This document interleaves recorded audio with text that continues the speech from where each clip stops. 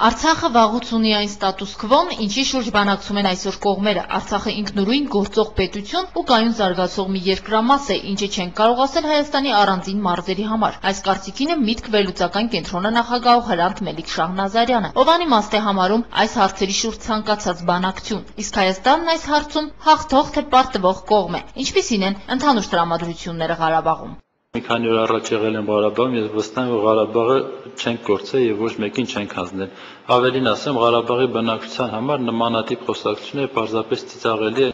Որպես ղարաբաղցի Մելիք Շահնազարյանը բարձրացնում է հասարակական սեկտորի այն գնահատականը, թե բանակցող սեղանի շուրջ պետք է ներկա գտնվի նաև Արցախի ներկայացուցիչը։ Հայաստանը ներգրաված է այդ բանակցությունների մեջ մի քիչ ավելի ապօրինի, քան պետք է լիներ։ Որտեղ հակամարտության կողմերը այնուամենայնիվ Լեռնային Ղարաբաղի Հանրապետությունը եւ Ադրբեջանն են։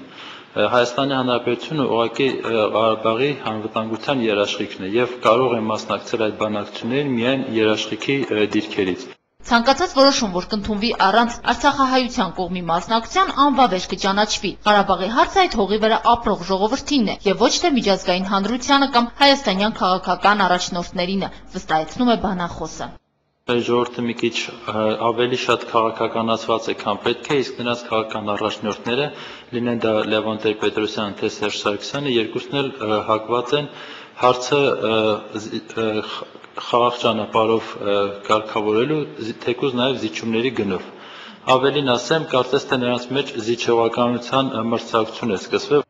Ինչ տեղի կունենա, եթե Հայաստանն իր զիջողական քաղաքականությունն իրականացնի, ինչ է Ադրբեջանի պահանջը։ Մելիք Շահնազարյանի կարծիքով Ադրբեջանի պահանջն ավելին է, քան Ղարաբաղը, քանի որ այս պետությունների միջև նրա կարծիքով պատերազմը միշտ անկանխատեսելի է։ Ես բոլոր պարագաներում համարում եմ, որ հայերի եւ ադրբեջանցիների միջև պատերազմն անկանխատեսելի է։ Եթե նույնիսկ մենք ամբողջությամբ նվիրենք իրենց Լեռնային Ղարաբաղի Հանրապետությունը, ապա նրանք աչք ունեն դրած եւ Սյունիքի մարզի վրա, եւ Գեղարքունիքի մարզի վրա, եւ նույնիսկ Երևանի վրա։ Իսկ հայկական կողմը այս հարցում արդեն մեկ վտանգավոր սխալ թույլ է տվել։ Հայ-թուրքական եւ հայ-ադրբեջանական խնդիրները այսօր մեկ հարթությունում են, ինչը ըստ Միտք վերլուծական կենտրոնի նախագահի անթույլատրելի է։ Հայկական կողմը պետք է քաղաքական կամք ցուցաբերի ու շտկի այս սխալ իրավիճակը, գտնում է Մելիք Շահնազարյանը։ Քրիստինա Մկրտչյան, Գուրգեն Գինոսյան, Գալանյուս, Երևան։